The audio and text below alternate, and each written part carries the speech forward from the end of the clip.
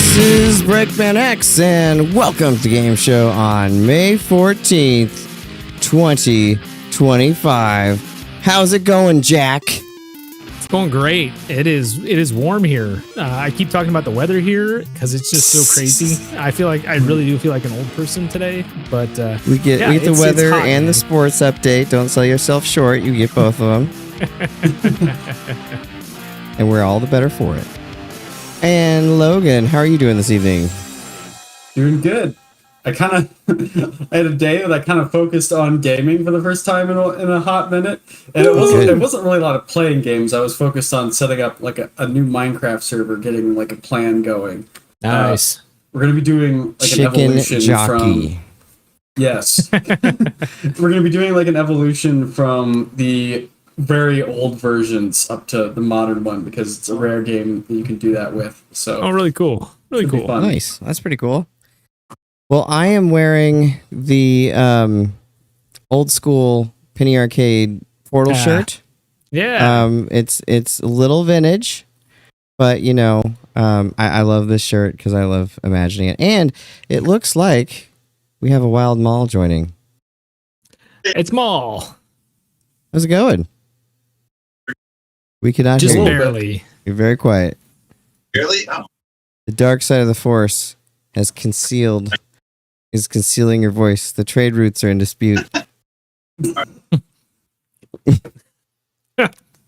We can see your lips moving. And your facial expressions. And better? Maybe. Yeah, we got them all. Okay. We got them all. We got them all. How's it going, sir? It's good. Sorry for the running a little behind. I had to stop and seal a deal with our tonight's sponsor, Taco Bell. Had a good time over there. Man, did you have they had like these special chalupas, the steak chalupas, like a month ago? Like the best thing Taco Bell's ever had. They like had cheese on the outside, and they had this like special sauce. That sounds really like the street chalupas or there you go. Like that's that. What they were. Yeah. Those were pretty good. Yeah. Sponsored by Taco Bell. Yeah, actually, that's my fast food weakness. They're very inconsistent as a restaurant in general. And tonight, restaurant. I don't know tonight's tale, if you will. They went through the drive-through and said, I want a hot sauce. Got my bag of food. No hot sauce in there. So I was just waving at the dude. Hey, you forgot me. Hello. And finally he opens the window. I was like, I need hot sauce. He's like, oh, sorry. So he grabs a bunch of hot sauce, throws it in the bag, gives me that. I drive home. What's in the bag? Hot sauce. Yes. But also the person behind me's order. Oh, nice. So which I'm glad that I got that though, because my order was made very poorly. The tacos were all like half full. Oh. There was hardly anything in them. Yeah. So like, okay, that makes up for it though. That error. It varies by city. You know? Yeah, and you probably got like 30 hot sauce packets, didn't you? Yeah, I got a lot. I got a lot of sauce packets. It's true. So more than I could use even with the doubled order. It was whatever. Hey, so anyway, that's typical for Taco Bell though. I just saw out of the corner of my eye, the Wedway says that he typed RetroTink 4K into DuckDuckGo, and 3 hyperlinks later, here he is. Well, welcome. Welcome. We're glad that you're here, and thank you, DuckDuckGo. That's our other sponsor for the evening. Not really, but the game show is a celebration of video games and our collective interests mixed with a healthy dose of humor while bringing in our favorite people in the game and movie industries on as guests. And I thought I'd mention before we get started, kind of out of the blue, Adam Blue and I started talking today.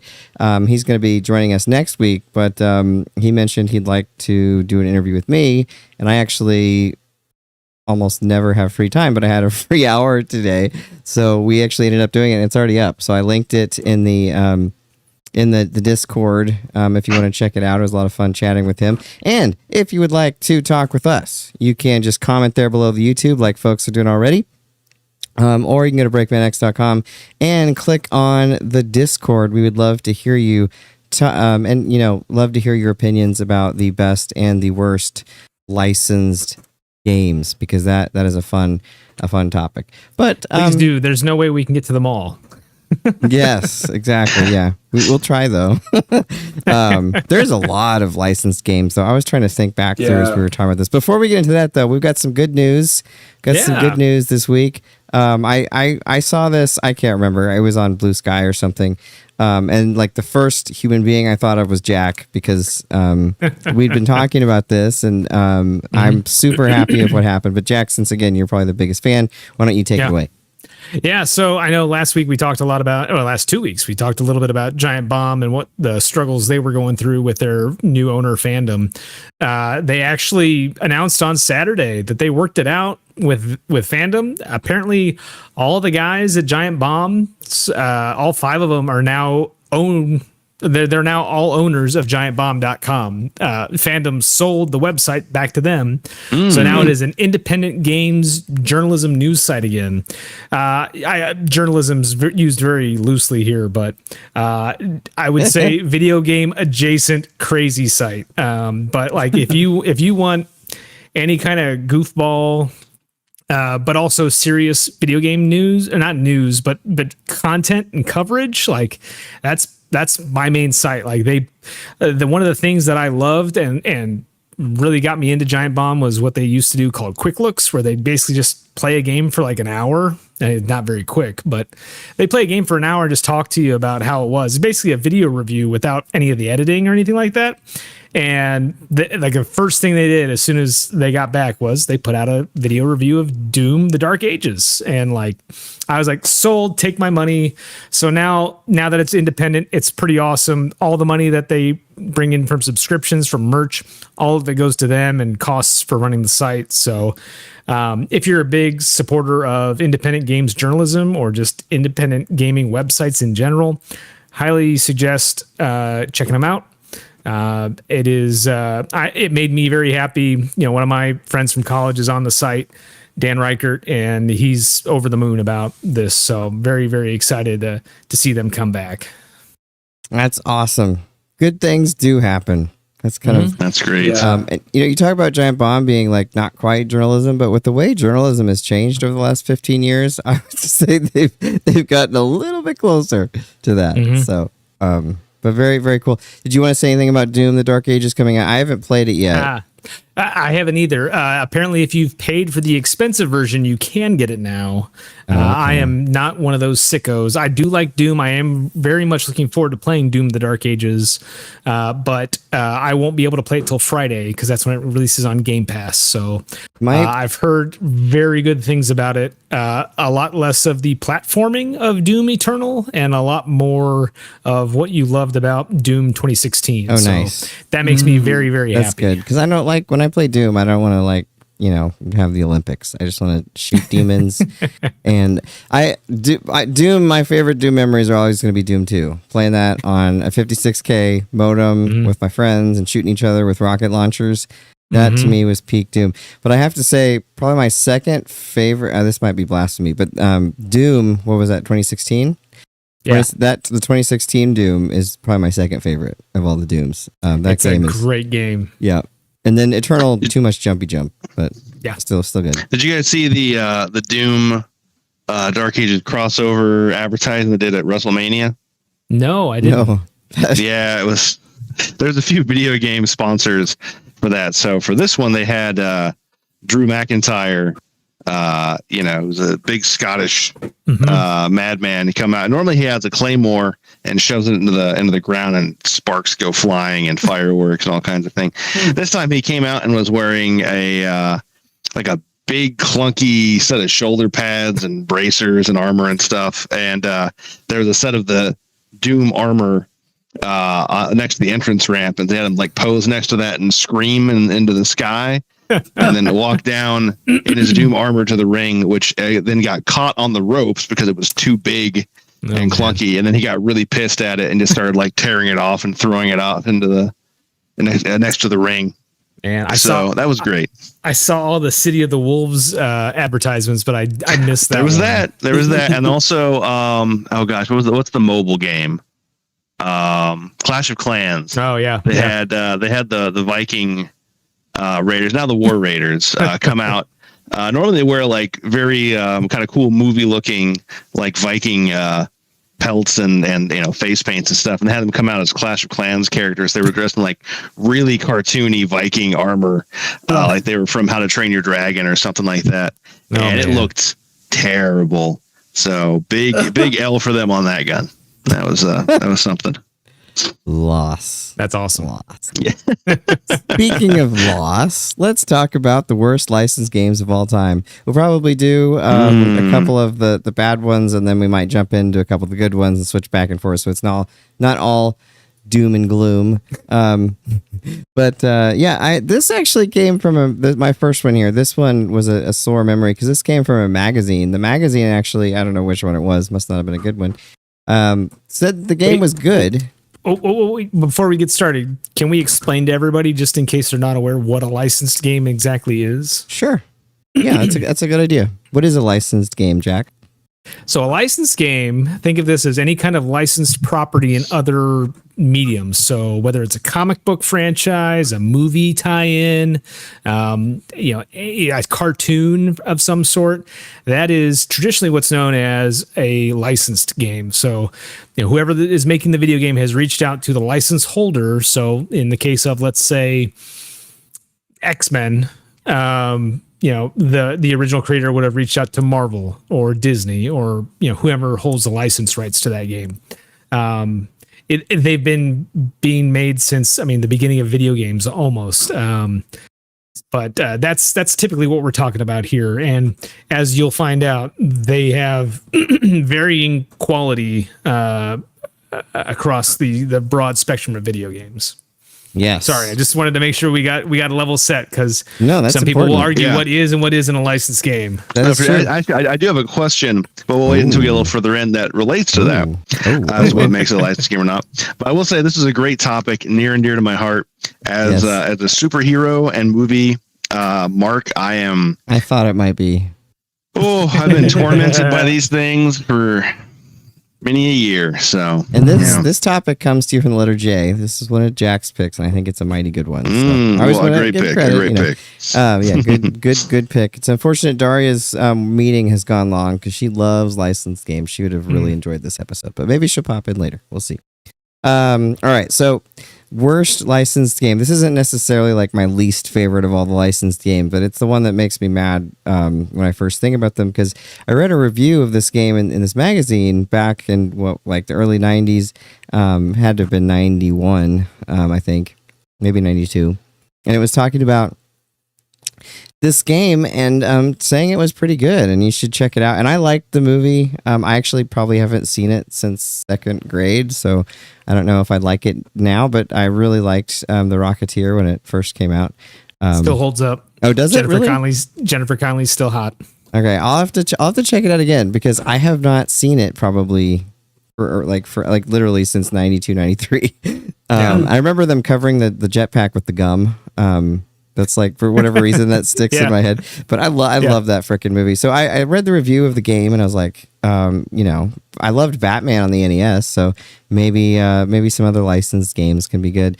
And that game is awful. Unplayable.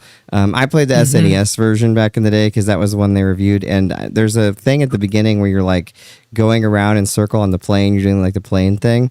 And I could never, ever get past that first level, and I tried, and I was so mad, and I kind of want to now go back with a cheat code or something just to see what the rest of the game looks like, to see if maybe there was something redeeming about it. But I don't know. Have any of you guys played Rocketeer? I have. It's not great. Controls just kind of feel mushy. It's looks really great. Like if you just see a still of it, like you saw it in the magazine. It looked nice. It looks great. Yeah. But it just controls like garbage. And it's not fun to play at all. It like I said, it looks really nice. It was a really good way to show off the Super Nintendo, but it's not a good game. Whatever magazine steered me wrong, I'll never forgive you. Yeah. But I apparently will remember your name. This is one. Oh, this might be on the list later too. Oh, you know what? It is. We'll let you keep going here, Break. The opening of that game reminds me a lot of the opening of another game you have on your list. You played Rocketeer too? I've not played. I've watched it played. Okay, I'm kind of surprised. I wouldn't have imagined. I just felt like it's such a stinker that. I've been a surrogate to the pain that others have felt for playing that game. So I know that much. I love that. Never experienced this Logan. game, but I'm curious to watch gameplay now. Yeah, you should watch that first level, and you're gonna cry blood. It's one of those things. I was literally in the Blockbuster video when I was a kid, and I was like, man, the back of this box looks awesome. This game's going to be rad. And I got home and I was just like, how many more days do I have to play this thing? I know, right? It's like then you're stuck with it for that many days. Real, just a stinker crap game. Yeah. The Rocketeer, don't play it unless you want to hurt. But Jack... Yeah. Now I'm a little confused about this because you sang its praises last week. It's like it's so great, and then you're like, "What's the worst licensed game?" Man, I like I said last week, E.T. holds a fond place in my heart, but E.T. is a terrible, terrible video game, especially a terrible licensed video games. I mentioned it last week. It is the licensed video game that gave licensed video games a really bad name. And so that's why it's on my list. Like it's terrible. Like there's no real semblance to anything that happens in the movie. It's just kind of E.T. and you have Elliot and Reese's Pieces and an FBI guy. And you have to build the thing. You got to build the thing. They build the thing out of a record player. Mm-hmm. You gotta. It's like Spielberg's in the room with you. Yeah, I know. But like, man, that game is barely a game, and like on the Atari 2600 level, you've got like Raiders of the Lost Ark up here, and ET's like way down here somewhere. I make my students play it in the video game class. Which one, ET or Raiders of the Lost Ark? No, I make most of the games I make them play are good, but I have them play that when we talk about the Crash to show them because we talk about the quality, and I say it's not just ET. ET gets the rap. There were other really awful games at that time, but But the thing that makes ET is not so much the game itself, which is terrible. I mean, there's no doubt that it's super frustrating, and I owned that game. I played it a lot. Just trying because it's not that long of a game. Like in theory, it's very short, but like, good God, it's so difficult to do like the three things you have to do to beat it. It's no end of frustration. But what makes ET and makes it legendarily bad is the marketing campaign behind it. And you can find the ads on YouTube. Go watch them. They're very heartwarming and great, and they're very good at selling you this game. The fantastic movie, the hit of that year, and it was bigger than Star Wars the year that it came out. There was for a while it was the highest grossing domestic film of all time. For a little bit of a moment, and they're like, bring this home to your kids. Your children will love E.T. Everyone wants E.T. You can finally be in your home, and good Lord, what a lump of coal to find in your stocking that Christmas. I was lucky at least I found mine for like $5 at a discount like outlet store. So it'd be fun to own, like, just because it's such a piece of history. I mean, there's got to be a ton of them around from the burial situation. Yeah. But didn't somebody find? I don't know if this is true, but didn't somebody like find the burial at one point recently? Yeah, there was a documentary about it, I believe. Yeah. Boy, I've got it on movies anywhere. Man, I gotta go look at it. Yeah, and I think it wasn't just E.T., right? Like they said it was. I mean, the legend is E.T., but I think it was just like a huge Atari surplus warehouse dump, right? Yeah, it was all those Sword Quest games were in there too. Oh. Yeah. What a time. Not related to this license thing, but one day we should, just as a note, we should talk about the Sword Quests and the competition and the trophies, like the pieces of jewelry and the sword that you could win from those. don't know if you're familiar with that, Break. I'm not. Tell me about it. Oh, okay. Well, That yeah. sounds like a really interesting thing.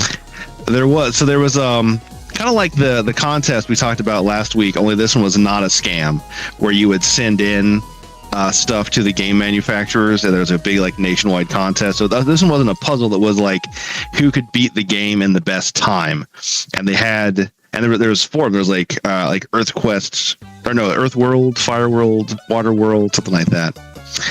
But you could, they'd bring you in and have you compete against the other best time players, and whoever beat the game the fastest there or had the highest score would win. And they had recreated the. We're just doing this now, apparently. Treasures from that game as actual things made of like gold and precious gems, and they were worth a lot of money. I've got to go back and look it up, because I know that like not all the prizes got given out, but some of them did, and there's some interesting tales about what happened to the ones that actually got one. So we'll have to go into that one. I'll do a little prep. We'll do a little digging. That sounds interesting. Yeah. Sounds when cool. contests actually happen. That sounds cool. All right. Well, very nice. So we went through Jack's. We'll go through Maul's, and then for all you folks writing in, Logan's going to catch us up on the chat here once we do this next one. So, Maul, hit us with your worst first pick. Well, I noticed that as I was typing these out, man, a lot of these are for the Nintendo, and so many NES ones. There's a reason they got a bad rap early. And honestly, this list could just keep going as I've been typing it out. Like, yeah, it could go. Honorable mention to Gilligan's Island. Oh my god! But I have a strange fondness for that one, because as difficult and cryptic as that game is, it is interesting, and I kind of have fun playing it. So, anyway. Have any of you guys played Star Trek 25th Anniversary for the NES? Yes. Not the NES, no. Is that a good game or a bad game? It was really hard. It was, yeah. Is it good or bad? On the NES, it's okay. On the PC, it's great. On the PC, it's a really fun little like point and click adventure game. Oh. Yeah, the NES, I don't know, it's like Nintendo Power has convinced me it's a pretty good game, because I loved reading through the breakdown of the puzzles and searching the planets and stuff. When I actually played it, I found it to be a frustrating affair. But see, I was super frustrated. I played it with a friend of mine who was like a huge Trekkie, and he only had like Trekkie games. And so that was the one he wanted to play, and I just remember being so frustrated. With the TNG one too, like it looks very cool, and maybe it's good and I'm just terrible at it. I don't know, but the TNG one's good. It at least has a system that it uses. It's the Genesis and the a little SNES incomprehensible. Ones are slightly different, aren't they? Yes, they are. Yeah, I played the SNES one. The DS9 game's not bad. I'll have to check it out. So I didn't mean to derail y'all. I just no, it's fine. I mean, we can go off all day on this. I'm actually excited for this first pick of yours, because actually it's hard as hell, but I actually like this game. Okay, well, and I can see it because you like bullet hell games a lot. It's Silver Surfer for the NES, and there are many comic book entries that could be on here. And in fact, Jack, one of yours was going to be like my number one, but we'll do it on your list here. I saw you typing it in and then delete it. Yeah, right. It's the first one that comes to mind. I'll tell you, like LJN, man, they made their bones making terrible licensed games. Oh yeah, and like Spider-Man vs. the Sinister Six, just amazing. I did play at least that one. I could finish. Silver Surfer is notorious for being one of the hardest, top-down shooters.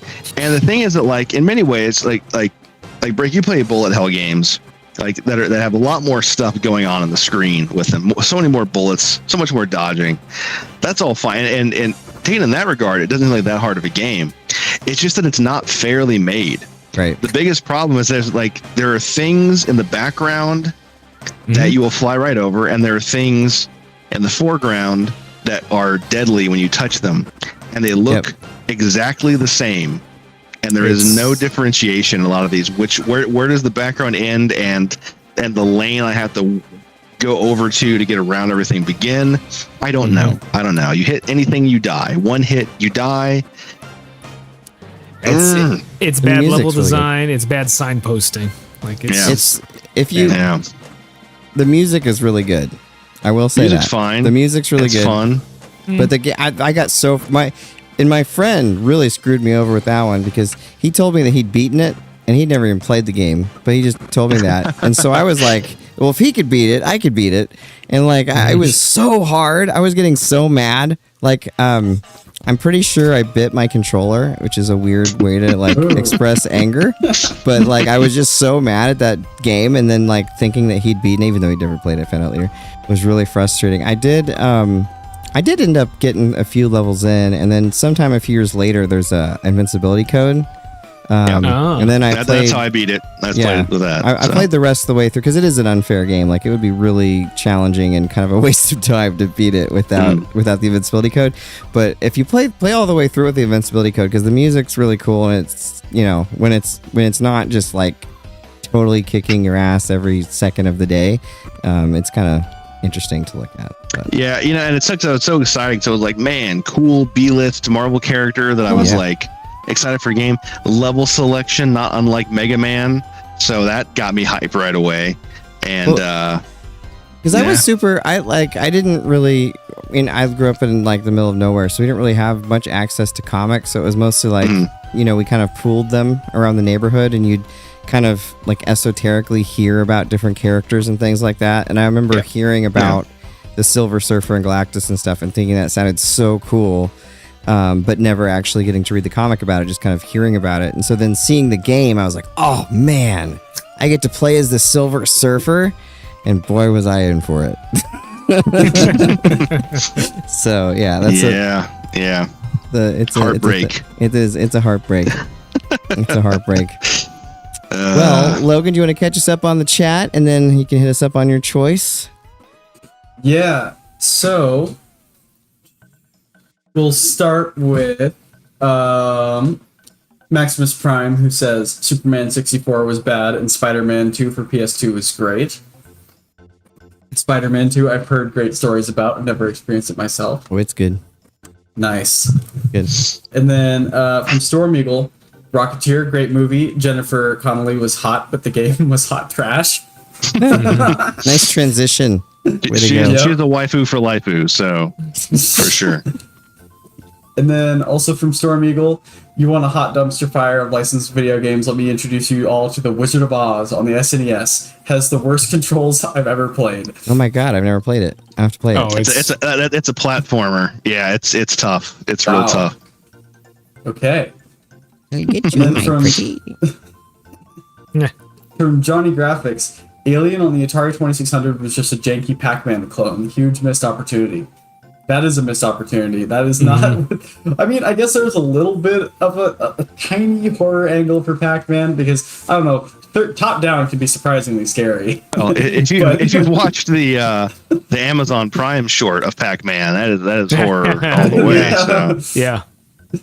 I'm going to derail here real quick. I'm kind of excited about that weird Pac-Man game they've got coming out soon from Namco. Which one's that? I gotta go look and see what it's called, but it's like it's not even called Pac-Man. It's like looks like it's a kind of an adventure game, but it has all these little Namco tie-in. At one point, you're like a Shadow Labyrinth Dig Dug clone. Yes, Shadow Labyrinth. That's it. Okay, and it's like dark Pac-Man is helping you out. It looks go check the trailer out after the show's over, but it does look pretty cool. It looks interesting. I've been wanting to play some more of the Pac-Man. I mean, this looks like, I just looked it up. It looks way different, but really cool for Pac-Man. Yeah. But I've been wanting to try like Pac-Man Championship Edition and that kind of stuff, because Pac-Man's one of my favorite arcade games. Yeah, so. You would like that. And Johnny Graphics, by the way, I'm recording on his podcast tomorrow. I don't think it's going to premiere for a while after that, but I'm looking forward to being on his wonderful show. So that'll be fun. Very cool. Yeah. Okay, a few more messages here. Storm Eagle says, Maul, I know what you're talking about with the Sword Quest competition. That's up there with the Advent Rising $1 million prize. Mm-hmm. And then Maximus Prime says, I thought Super Star Wars games were okay, SNES. Now those I did beat. And those were hard as crap. Another thing, actually, it's a comment I totally missed, but I think I'll say it here. Jack typed in the chat that the documentary we were talking about where they found the buried games is called Atari Game Over, so you can go check that out. I think I saw that it was on YouTube for free. I wouldn't doubt it. Yeah. And then Storm Eagle says Star Trek on NES was an okay game, but really hard to beat. Would play again. And then they also say LJN, Spider-Man, and the X-Men in Arcade's Revenge was the biggest unfair game I have ever played. Oh my god. I saw that advertised on the Pride of the X-Men VHS that I borrowed from my neighbor. And I was like, that looks so cool. And then I rented it, and it was not. It was not so to Marvel. That like the mini game with Spider-Man on it. I bought it sight unseen. Never, no rental, no magazine review, nothing. It's Spider-Man. We'll buy.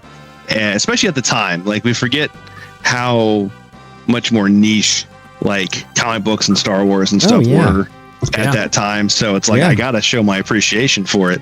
Mm-hmm. And oh man, that game is so hard, It's got a crazy interesting soundtrack. I really like it. But yeah, that game is just terrible.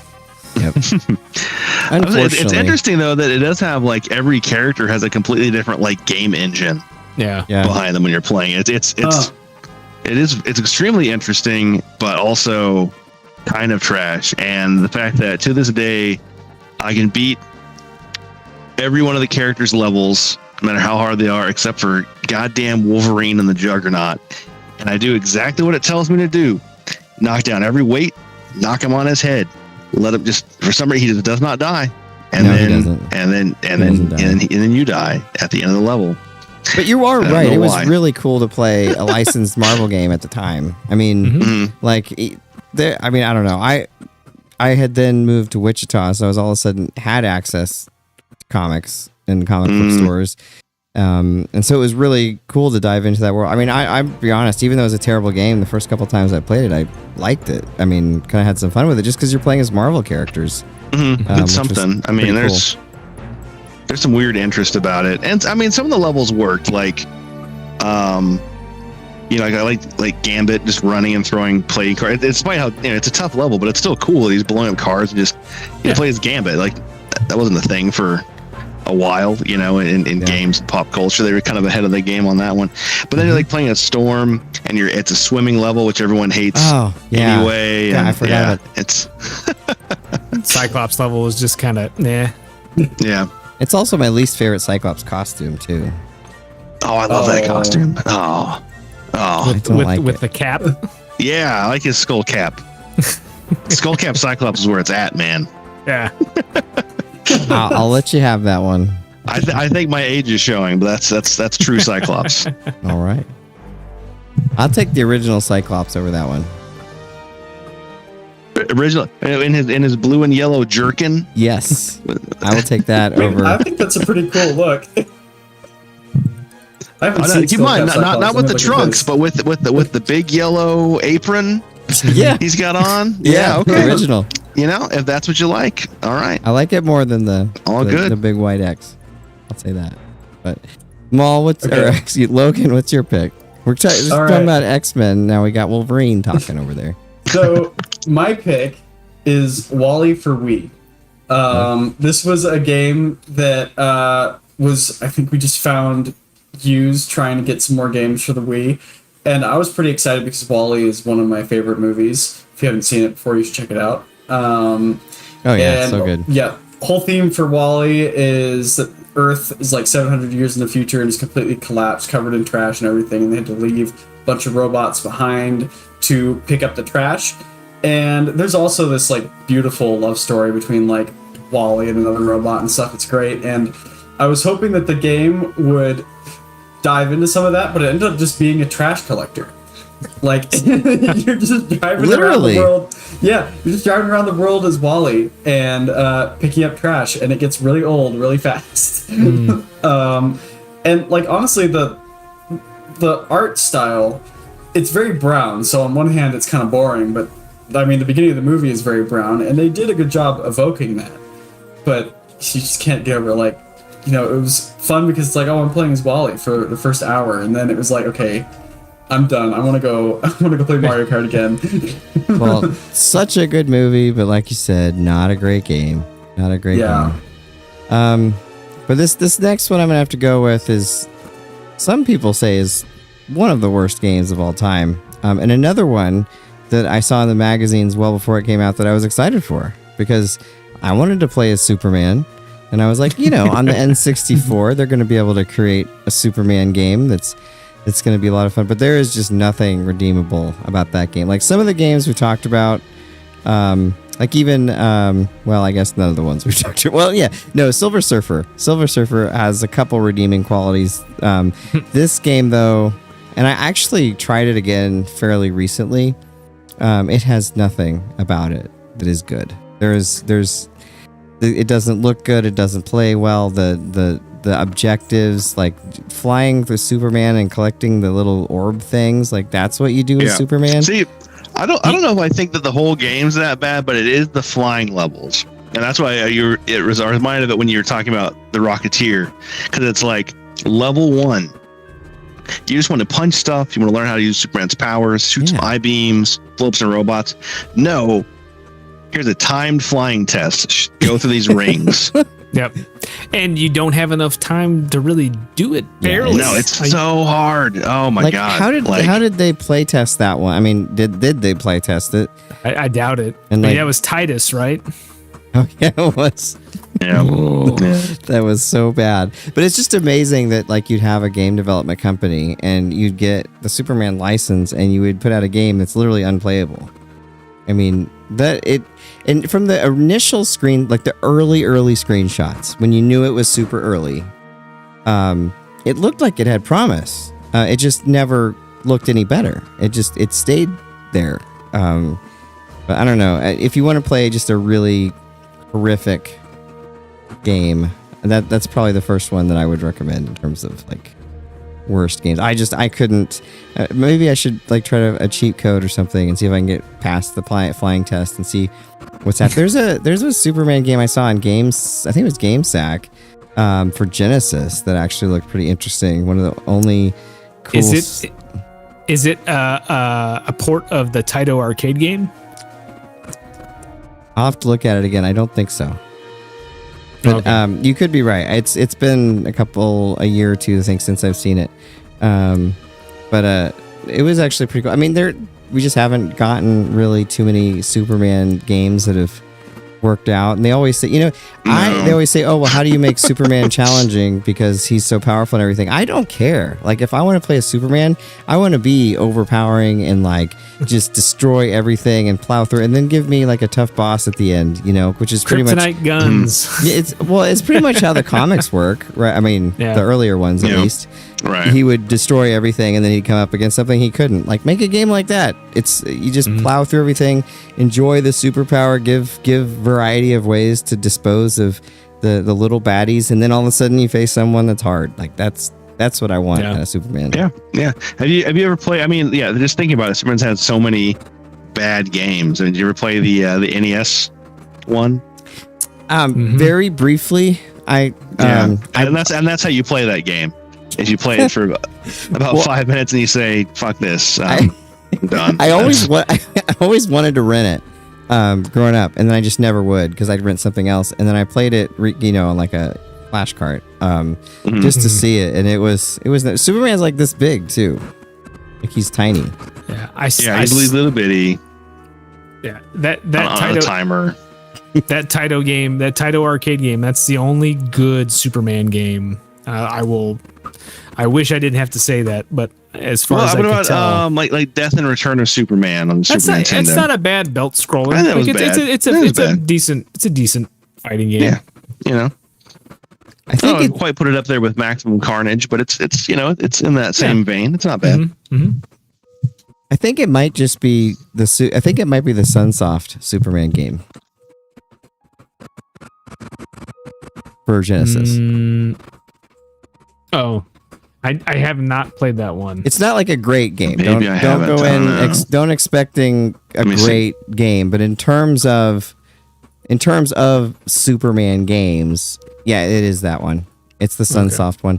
It's not when Sunsoft was like at their peak. It's like kind of, Sunsoft was like amazing, and then they kind of had their decline. It's kind of yeah, that one's not bad. Yeah.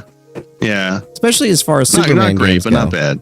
Yeah, as far as Superman, as far as like any, if you're comparing it to any like game of that era, not great, but for a Superman game, and actually it gets better.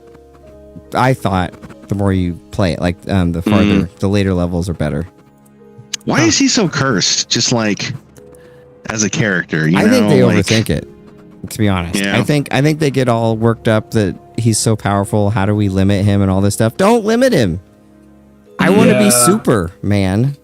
No, they should definitely do a game like in the same kind of vein as the recent Spider-Man games. Like, lean into Superman's abilities and like the flying traversal and just let people have fun. It would be a really cool game. That Incredible Hulk game way back when we talked about it. I think with Johnny Graphics. It was you pretty overpowered in that one. That one was fun.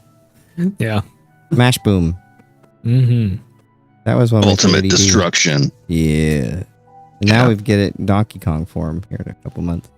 I think that's what we were talking about actually before. I think Johnny Graphics was the one to play that out. All right. Well, Superman, not good, not super. Below man. Jack, this one also angered me. Yeah, so we're gonna stick with the world of comics. Maul touched on it a little bit ago, but my next pick is the Uncanny X-Men, another LJN banger from the NES. This game is terrible. Like when I say terrible, barely playable comes into mind. It's a top-down action game where you basically have to make your way from the bottom of the screen up to the top, and you just have foes coming at you, and you can kind of attack them, but like Wolverine doesn't have healing powers. You choose X-Men and they barely. Jack has lost his superpowers. Oh no. There we go. Okay.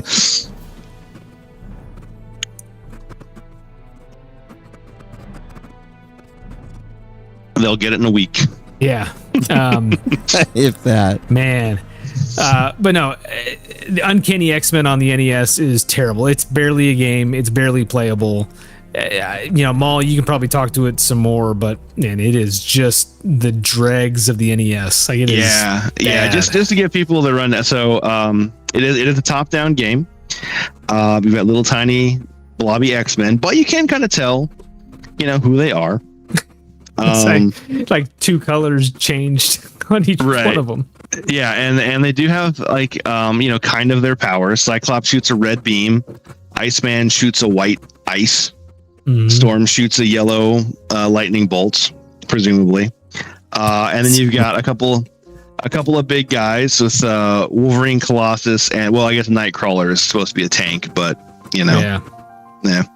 And you send them in pairs, so you have your character you've chosen, and the computer will control a second X-Man because they all go in teams. But the computers, I would say AI wasn't quite up to the task at the time, as whoever you pick as your partner will immediately run into the nearest obstacle and just sit there basically until their health runs out and they explode. Yeah. So the only way to really beat the game is to be either Wolverine or Colossus, because they have the most health, and run in there with the beam shooter guys who are very weak, and just let them die instantly, so you can just go about and get the actual damn game done. Yeah. And that consists of you getting to the end of the level, so you can pick up a computer disk, and then there are bosses. I don't remember if you actually had to fight them or you just run past them. though, because I always ran past them. I didn't even try to fight them. I think that might be the way to go. Yeah, the combat in that game was just so bad. Yeah, you really couldn't hit much, couldn't punch much, and I never finished the game. And I know I finished every level, but there was a glitch or I was doing something wrong. And maybe if someone else has played that, they can inform me. But I remember I beat every level. I'd get the disc, I'd run out the door, and I'd finish the 6th level. And there's supposed to be another level for Magneto, but instead, all of my X-Men would just come back to life, and then I couldn't progress any further. I had the same thing happen. I don't know what that is. So there's something I did wrong, and I don't know what that loop is. Maybe I should go back and find it out, but it's so painful to play, I'll never go back and actually finish it anyway, I feel. Yeah, I don't think the juice is worth the squeeze on that one. There was my parents had some people over, or like a party or something, so they rented me a game to play, and that was the game, and it was so frustrating. I was little enough at the time that I thought like I just wasn't good enough at it. I was like, because I really loved the X-Men. X-Men's has always been my favorite comic book series, and especially at that time, it was so esoteric, being in a small town, that I was super excited to play it, and it was just terrible. But it's not terrible. If you like what you're seeing, you should like and subscribe. We just had someone subscribe, so I thought that I should mention that. So yeah, excellent. And if you have your privacy settings such, you have to go into your settings, and basically it says something about sharing your subscriptions. If you have that privacy setting, so it shares your subscriptions, then when you subscribe, it'll show your name for all to see and play a little riff of the BreakmanX theme. So do it for us. But X-Men, it was uncannily bad. It's bad. All right, I also owned that one because of the cool box art. It was the box art was great, and the art on the cartridge too. Yeah. So nice looking. And then nope. So bad. Nope. I love box art. I love that period of box art from the NES is my favorite box art period. I love because it's so like, I don't know, fantasy-esque and not really representative of what the game was. It's like the original Mega Man box art, right? Okay, that one doesn't count. I'll take the Famicom version. Yeah, not really that one so much, but the Famicom box art, and a lot of them are like really amazing. Yeah, like it's really a lot great. of times better. But that period of the 80s, like the Legend of Zelda manual, I love. If they made a Zelda game that looked like the art in that manual, I would be a happy person. That's what the original Zelda 64 trailer was in, that art style. I was so excited, and then they're like, nope. But Ocarina of Time was really good, so whatever. But yeah. Maul, your turn. Yeah. Well, so the next one is also barely a game. Have you played this one, Jack? Oh yeah. I'll let Maul start. And yes. Let me just say that a lot of these on my list. The next couple here, and my honorable mention of Gillian's Island, and many others in this ilk are thanks to my dear cousin Brian, who owned the other half of all the terrible licensed games that existed. I had all the movie and comic book ones, and he just had like all the TV show and just random licensed games. Like including, it's not on any of our lists, but worth mentioning also like Fester's Quest, also one of his. Just a lot of bad stuff. Anyway, so he owned a copy of Where's Waldo on the NES, and I don't know. It's hard to say it's a game. I did play through it. I did beat it. I kind of had fun with it, but in retrospect, it's like, why is this a $50 cartridge? It's like you play through. You have a time limit to go through like 6 levels, 3 or 4 of which are your classic, I'm looking for Waldo on a map, and it'll randomly generate a map, and Waldo will be stuck somewhere super tiny on it. He's really blobby. Luckily, he has an iconic red and white striped sweater. So despite the fact that he has absolutely no real character definition at that size, you can still usually find him and find him enough to click him, you know. And then there's like a level where he's in the dark, and that's more like a reflex challenge. You have to like click on him while he's running back and forth in the dark, and you only see him for like a split second. And then oddly enough, there's a roulette wheel, and you're trying to like match 3 symbols on the roulette wheel. And then the game ends. Thanks for playing. We have your money already. So that's about it. I mean, yeah.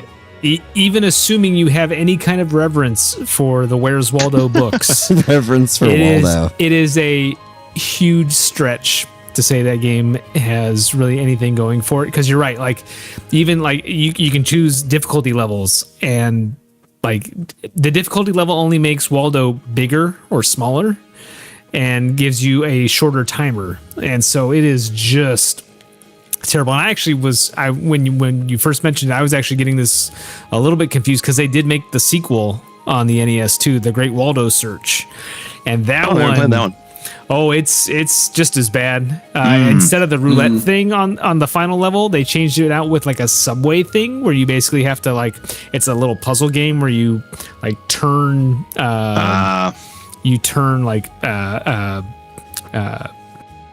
junctions to like form where the subway is going to go next. Right. Oh, it's just so bad.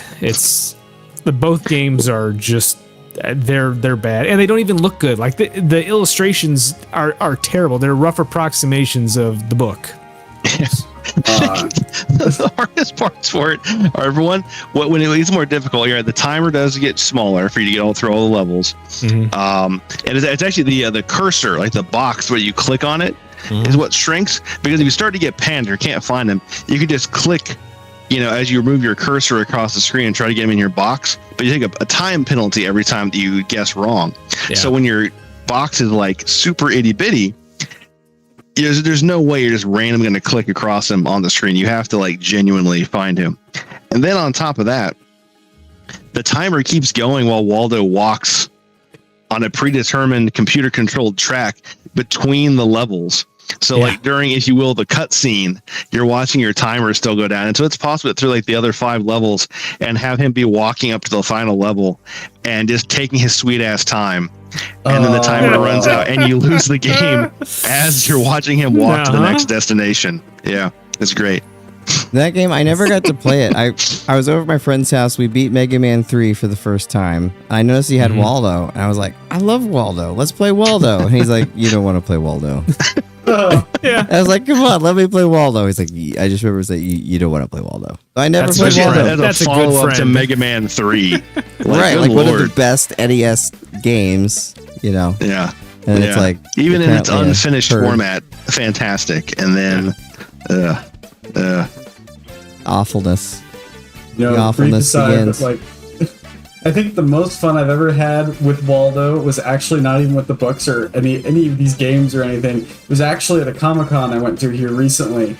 There was a bunch of people in Waldo costumes, and there was this vantage point like above the conference floor that my friends and I found, and all of a sudden we noticed we could see a Waldo out in the crowd, and it started a wild person Waldo game of Where's Waldo. Nice. That was by far the most fun I think I've had. Yeah, there's always one. There's one sitting a few rows in front of me at WrestleMania too. Nice. Well, you got to find where he is. Actually, a really fun game to play with that, because they took a picture of the entire stadium during the main event, and to go find that Waldo, and you'll see them and their disappointed face as the main event was terrible. And disappointed face. The rest of the night was great, but man, that main event sucked so bad. Anyway, go find them. It's great. All right. Well, Logan, you want to catch us up on the chat? Yeah. So I'm gonna go through this massive block here. Thank you so much for everyone who's appreciate everyone writing in. We love the interaction. If you want to write in, right below the YouTube, Facebook, or go to BreakmanX.com and click Discord. Yeah. So it starts with Storm Eagle. Break, why would you subject yourself into playing Superman 64 again? No, don't do it. Say no. There's a stream idea. How mad can we make Break? Yeah. And then Fenris says, so brief history of Superman 64. Titus got ruined by DC themselves because they wanted them to quit on the project. The new management of DC wanted a bigger studio instead. Oh. Can't blame them. I mean, Titus, fine makers of Blues Brothers 2000. One of the all-time greats. Hey, they're on a mission from Gad. Yeah. All right. Next is from Maximus Prime. Also, you had to get your abilities via pickups. It was limited Superman 64, and some of those abilities were needed to complete objectives. Ooh. Abilities. Yeah. And then Fenrir says, so they meddled with the project as much as possible in order to get them to quit without terminating the original contract. Got to a point where the game director used comics to call their BS out. Wow. Nice. Thanks, Fenris. Appreciate the history there. Yeah, he's not bitter. I did not he's know not that. bitter at all. Okay, I think it keeps going here. It was supposed to be a better game, but DC ruined it because they wanted Activision to make a Superman game instead. Superman on Genesis was supposed to have a companion game on NES in the form of Superman NES, but Sunsoft lost the license, so they tried rebranding him on NES as Sunman, which also went unreleased. Oh, Wow. yeah. I think I saw... I could be wrong about that. I thought I saw a prototype of that somewhere. Like a screenshot. Okay. So on this... that's fascinating that they were like, okay, we're just going to take the prototype and pivot into our own hero. That's fun. Sunsoft's a sad story because they were amazing. They were like one of the best developers for a significant period of time. And then they had a bad streak and they started farming out and just having everyone else develop their stuff. And they've really fallen from grace. Although the last few years, they've made a few good games again. For the first time in a very long time. They've had some cool stuff. And I think actually John Linneman from Digital Foundry went there and did a pretty cool video in Japan. It's awesome. Yeah. All right. So another few messages here. Maximus Prime says, Superman Returns for PlayStation 2/Xbox 360 had the health bar be the city. Oh, that's fun. Creative. I like creative UI choices. Yeah. And Storm Eagle says, worst fighter game ever, Justice League Task Force on the SNES and Genesis. It's pretty bad. It's The another one arcade- that looked good on the box, though. Yeah, the arcade. I think there's an arcade version of that Justice League, and it is bad too. Was that cartoon good? I remember liking it, but I was young. Yeah, it's fine. Was it okay? As I recall, I think it was okay. It was okay. Not great. Not Waldo level. Not Batman level. No.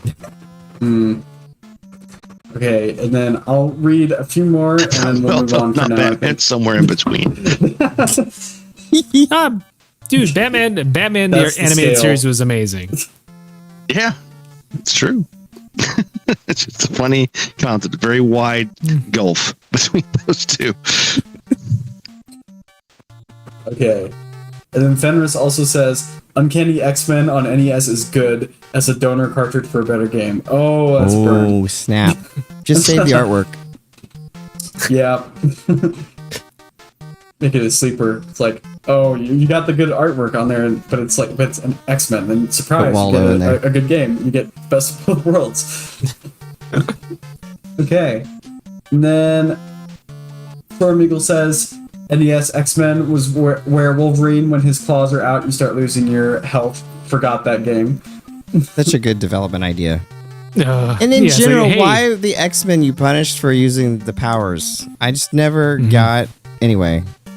We'll probably talk about that later, because I think hopefully we get... After this, we're going to do some of the good ones. So Yeah. Yeah. But yeah, I mean, like, yeah, hey, this cool thing about Wolverine, yeah, you can't do that. He'll lose life. like Star Wars without lightsabers. Like, why? Okay. Then I think the last comment for now, Storm Eagle says, thank God I never played any of the Where's Waldo games. Oh, and by the way, there are 4 of them, 2 on the NES and 1 on the Wii DS and another 1 on the DS. Jeez. Well, someone's buying them. Yeah. Apparently. Yeah, the things we shamelessly sell to our children. Just Go Come on. find Waldo. Yeah. All right, Logan, what's your pick? Yeah. So this pick, it kind of has a special place in my heart. It's like a love-hate relationship with this game. It's Garfield Kart Furious Racing. And so I was introduced to this game by a friend of mine named Fred, who played this a lot, and there's a multiplayer mode, so he decided he wanted us to get it and play it with him, just for fun. And it was like a $10 game, so we all decided to try it, and we were greeted with this wacky Garfield kart racer, clearly trying to rip off Mario Kart. Awful controls, like unplayable on PC nearly. You need a control absolutely, and control is barely handleable. We need to have a bad games stream where we just play bad games. It sounds fun, like Mystery Science 3000. I will be here. I will just watch somebody play and comment the entire time. Right. We'll play all the games from this list. The thing with this game, though, is that it ended up generating a lot of memes for my friend group. Lots of memes about Loopy Lagoon. Wait. Just the most notorious course.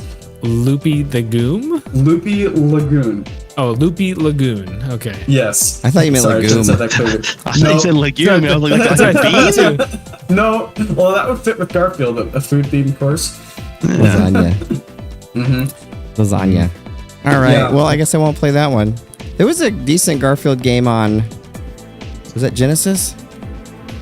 There's at least one good Garfield game because I remember letting my daughter play it when she was into Garfield, and it wasn't like horrific. Is there a good Garfield I game? think that there's one that's like not the worst game ever made. I'm not saying it's Chrono Trigger, but serviceable. Again, a wide gulf. Garfield, Chrono Trigger. Somewhere in there. yeah, somewhere there. Yeah, between Waldo and Mega Man 3. I'm flipping out over here because I just found out the thing where we all talked about how the game like looped at the end of X-Men. In order to get to the last level, you have to put in a secret code after you beat their 5 levels on the screen. It takes you to the final stage. I've never noticed this before. It's printed on the cartridge label. Really? It's in the fine print in the copyright notice. Weird. It's just Yeah. not good design. I mean, Yeah. It says, right B, right up together with start. Or right B plus up together with start. Why Yeah. on Wow. earth would you Frustration hide the plus final level irritation. behind the code? That's. someone thought that was a good idea all the way through the process. We're going to show those people that rent this game. Yeah. Gosh dang it. Yeah. Wow. Well, that was a Nintendo thing, right? I mean, make the games harder. Don't put the manuals in because we're going to sue you for copyright if you do, because we don't want people to be able to beat the game on a rental, so they have to buy it. Those were the days. Those were the days. Ruined a lot of games. Or made them not as good as they could have been. But let's talk about some good games. For a minute. Bring it back here, please. Let's talk about some good ones. I'm gonna skip through my list because I want to talk about. I'm gonna do my second one first because it's one of my favorite. Actually, these are all good, but I really like X-Men 2: The Clone Wars for the Genesis. That's probably it's one of my favorite Marvel games. I don't want to say my favorite because I have to think about that for a second. But I remember seeing that game advertised on TV, and I liked the first Genesis game. I know we've talked about it here before, and I know Maul did too. For some reason, there's a perception that it wasn't a very good game. I enjoyed playing it when I played it. I even liked the reset X-Men? thing. Yeah. I don't know if anybody thinks it's. Yeah. I mean, they're crazy people that Well, you talk to online. I don't know, but I'm honestly surprised that you like the second one more than the first one because I thought the first one was awesome. no, I like the second one better. You don't get limited on your superpowers. You can use them as much as you want, and it's 2-player. You can do the multiplayer thing. I've played through that with friends a couple times, and Magneto joins you. Like, what is it, like halfway through? And it's really cool to play as Magneto. And the first game is awesome. Like, I do like the first game, but the second game, I've always thought was the better of the two. Maybe that's not what most people think. I don't like the when you turn it on, you just start playing. Every time I see a review of that game, people are like, "Oh, it's so cool! You turn it on, you can't. Yeah, you have to like run and grab the controller so you don't get killed by one of those red ninjas like immediately." I don't like that. But overall, I like the game. I really like that you're not limited on your superpower. It was one of the first ones to actually do that, where you could just like be an X-Men, which was pretty cool. And it also came out when I was still like peak X-Men fandom for me during that time. So it was like a really good hit right. The X-Men 1 was too. That was like that early to mid 90s X-Men and 80s too was my peak. I still love the X-Men, but that was like peak X-Men for me. So. Yeah, those are pretty good ones. Before the other Clone Wars. Before the other Clone Wars. These were different clones. These were different clones. But Jack, what's your pick for a not terrible? So, I'm gonna kind of hop around a little bit too, because we haven't given it any love yet. Star Wars Dark Forces. So the original PC game is one of my favorite licensed games of all time. Like, I love Star Wars, and when I finally got a PC that could actually play Dark Forces, man, I think I played through that thing in maybe a weekend, maybe 2 weekends. Like, that game was so awesome, and you're like, I get to steal the plans for the Death Star as the first level. Yep. And like, now it's been retconned and it doesn't actually happen. Andor did all that, but doesn't matter. Star Wars Dark Forces is an awesome little story. The Dark Troopers, it's kind of, it's funny nowadays, 20 years on from when that game came out, 30 years on when that game came out, how much of it has bled into Star Wars today. It's a good first-person shooter. The Dark Troopers are there. It's got a good storyline. Darth Vader shows up. You don't actually get to fight him, but it's still a fun little like the cinematic sequences. Yep. It makes you feel part of the Star Wars universe, and just mowing down stormtroopers a la Doom. It was just a ton of fun. And they really, you could tell. They just released an HD remaster of it on current consoles and PC. I highly recommend you play it. It's not that expensive, but it is like, it's great. Like, they nailed all the sounds, they nailed all the sound design. The MIDI music is great. It's good versions of the Star Wars themes that you know and love. Highly recommend it. I know it goes on to be the Jedi Knight series, and that's great too, but something about that first Dark Forces game, for the first person shooter lover in me, just really hit a nerve and really got me really zoned in on Star Wars games at that point, because most of them to that point had just been okay. Yeah.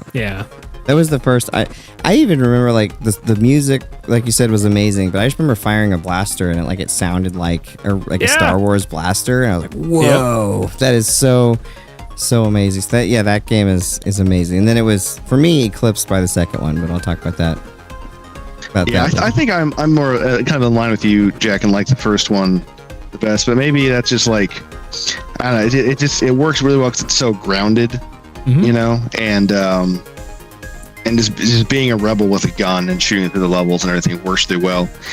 There's a lot of great, cool stuff when you're a Jedi, but it does also complicate the mechanics and the stories and everything so much more. But there's some good stuff regardless, though. I really do have fondness for that one, though. I will say it's kind of jaded me a little bit, because it's put this little thing in the back of my head. Anytime I watch something that's in that between period of the end of Revenge of the Sith and the beginning of A New Hope, anytime anything Star Wars comes out, I'm like, come on, they're gonna put Kyle in this one. We need Kyle in this one. Purdue. I liked Kyle Katarn. I liked him as a character. I do too. He's a great character. And this, I mean, I guess I haven't seen them. I didn't play the remaster, but I remember really liking the cinematics and stuff too. Yeah, they're great. They do a really good job with that, 90s era You can tell it's like the LucasArts folks kind of doing the same thing that they did for like Sam and Max and some of the other games of that era. But yeah, My Life in Gaming did that for their stream game last weekend or two ago. I haven't caught it yet, but yeah, I'll have to get the remaster. That's a great. I want them to remaster the second one now. I would like that a lot. They should. There's not a good way to play it right now. I know there's not. It's like you have to do all sorts of crap just to get it going, and it still doesn't play well. So, all right. Well, Maul, what's a good one? Good license. Yeah, let's see. So trying to not like repeat some of the stuff we've already gone over the time as well. Like there's just so many. So my number one pick is like the X-Men arcade game as well. Like I still yeah. X-Men. That is my yeah, that it probably still is. I mean that's like my top like arcade game. You know, it's the 6-player edition of that. And I think that is for so many people. It's like a legendary arcade beat 'em up. The levels are so good. The music, even though it's mostly just a dude saying X-Men, X-Men, X-Men in the background, great. Doesn't matter. It's fine. You know, just the sound of Colossus's scream when he powers up and blows everything up. I was a big Colossus stan as a kid, by the way. Nice. Now I'm all Skullcap Cyclops though. But yeah, and even in Magneto, I know you quoted him there, Break, but forget his best line is when he kills you and he X chicken at you guys. Just in class. And you know that game was so iconic that it like set what we thought X-Men was for a long time. Like like that version of the Brotherhood does not exist in the comics. Like, because I mean, Juggernaut's not even a mutant. And Magneto, you know, did not lead that version. That was Mystique's team with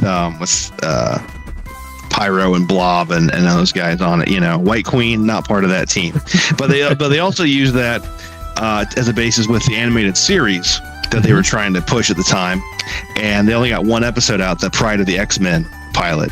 You know, but still, that visual, that anime style and everything, that stuck with us for a long time afterwards, and it's still such a good game. I play every time I come across one in the wild. I gotta pop a quarter into one. It's just nothing. Nothing else. X-Men, think again. Your theme song, the Pride of the X-Men. Yeah, the worst theme song ever. It's such a good show, though. I really like that version. Other than Wolverine being Australian, if it weren't for his painful Australian accent. It would be pretty much perfect. Yeah. He's supposed to be Canadian, right? Yeah. Right. Yeah. Right. Good eye, mate. I'm gonna slice you up. But it's got great, you know, like 80s anime vibes, good animation. The voice cast of G.I. Joe does a lot of the voices in that show and everything because they all worked under the Marvel Animation banner at the time. And Stan Lee starts like, "Greetings, true believers." Right. I want to watch that again now. It's worth it. It is still like what eventually would start the X-Men cartoon from the 90s because the same producer worked on it and she was trying really hard to get that as a property, and it just didn't quite work at the time, a little ahead of its time, but then later make it a little more adult, get into those themes, huge hit. I heard about like Fox for whatever reason really hated the X-Men property. They like wanted it to fail. Like throughout its entire run there, and like for the cartoon and then like even the movie, they have the budget like halfway through. They did all sorts of things to torpedo it, which sucks because hopefully we get a really good X-Men movie coming up from the MCU. Supposedly the Thunderbolts director is going to direct it, or at least he's in talks. So, really? Yeah.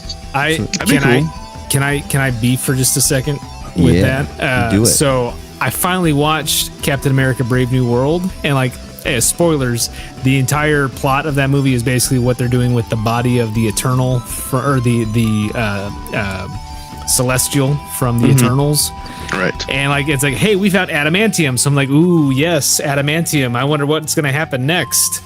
And like nothing, no payoff, not even post-credit scene, just Yeah. Nothing. There I'm was a I'm really bad post-credit scene in that one. No, you it's know, terrible. And I'm just like, come on, like you had an entire movie to set this up and you're not going to do anything with it. Now, granted, I know it was put on the shelf for like 18 months. So like a lot has changed in the MCU since then, but come on. I mean, it was there. We had it. You know, 3 movies later, they'll mention it. You know, Yeah. stuff's going to happen. I think they're probably just scared to do anything with the X-Men in this current phase because of how rocky it's been. They're like, we're just gonna wait until we get a fresh start.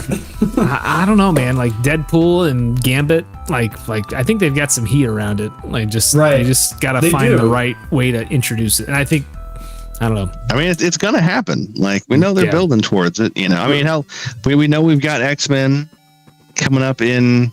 Yeah, they've got the previous movies, X-Men, coming in. I think they're just waiting to establish a new team. Mm-hmm. They'll wait until it's far enough away from Hugh Jackman that we can all accept another. Yeah, so another you're Wolverine. 90. Yeah. I mean, he's not wrong. He's not wrong. I know. But Sorry. I want more X-Men. I would like it. But Logan, what is yours, sir? Yeah.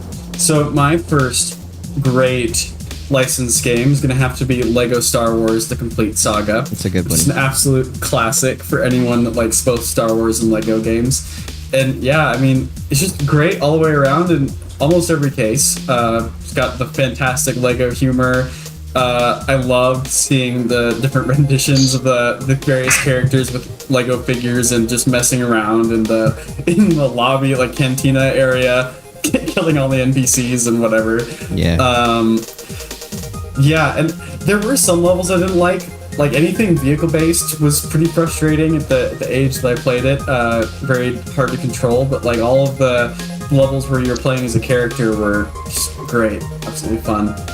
And I guess an aside too is the new Lego Star Wars Skywalker Saga. It's pretty good as well. Love the updated graphics. I've heard very good things about that version.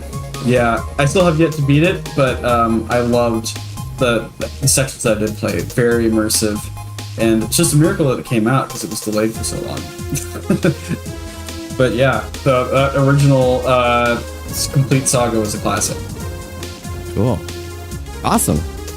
Great choice. Catch us up on the chat. Yeah. So, Please. there's been a lot. Thank you so much, everyone.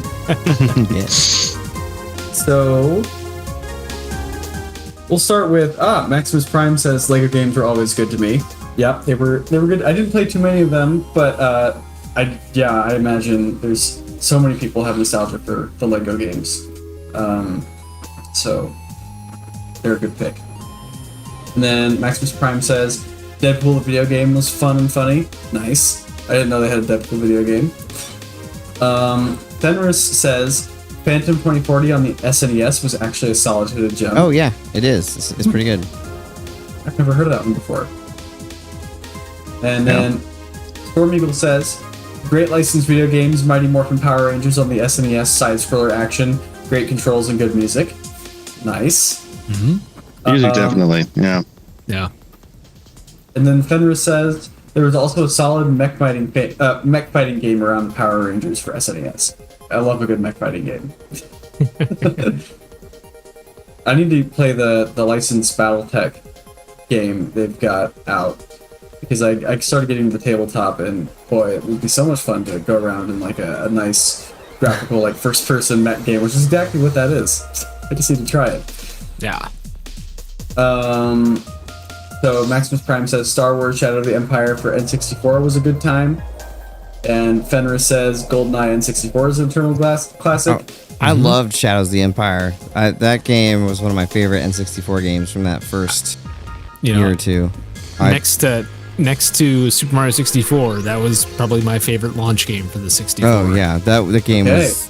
And playing the Skyhook level at the end, I would just pop it in and go through that every once in a while.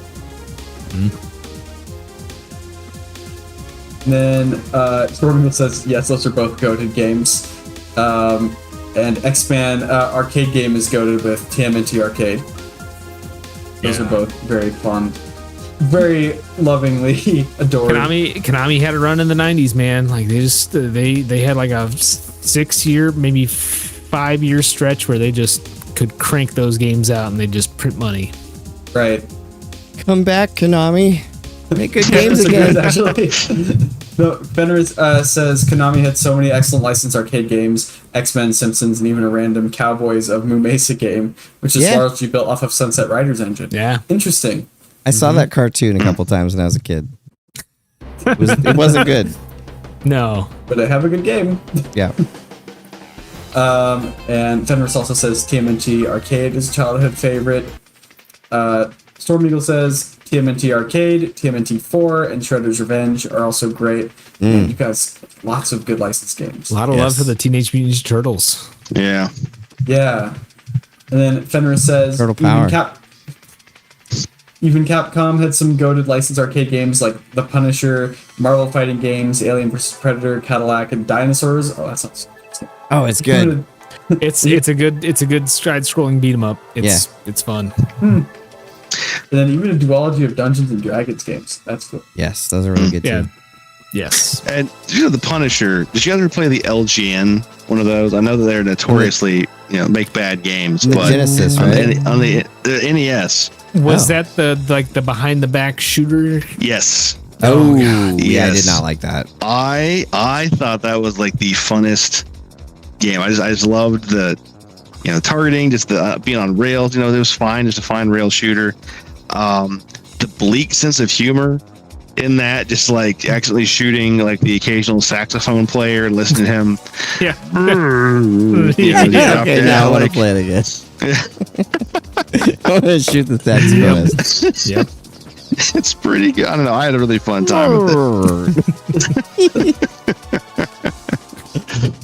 Oh man. All right. There's a few more chat messages I'll wrap up and then we'll move on. So Storm Eagle says Aladdin on Genesis and SNES are both great games. That's cool. And Maximus Prime. Fenris, I thought that mech fighting game wasn't real. I thought I dreamed it. And then Storm Eagle says the Power Rangers fighting game on the SNES is a low-key great game. One of the character lip syncer was a Guilt Gear character in that game. Yeah. Wasn't I bad. can see that. Wasn't bad. Oh, thanks for all the chat messages. That was great. Lots of good stuff. Shadows of the Empire is definitely one I could have. I actually thought about putting it on my list, and I just changed. I put a game up close to the top because it's TIE Fighter for PC. That game took over my life. That was I remember I wasn't really that crazy about PC games. I didn't take someone's, did I? No. Okay. I just want to make sure I didn't take someone's game. But I wasn't super into PC games. I'd played like a few games and liked them, but I remember seeing Shadow got a brand new PC, and we played, and he showed me TIE Fighter, and I was like astounded by how cool that game was. And then I finally got it a while later on a bunch of floppy disks. And like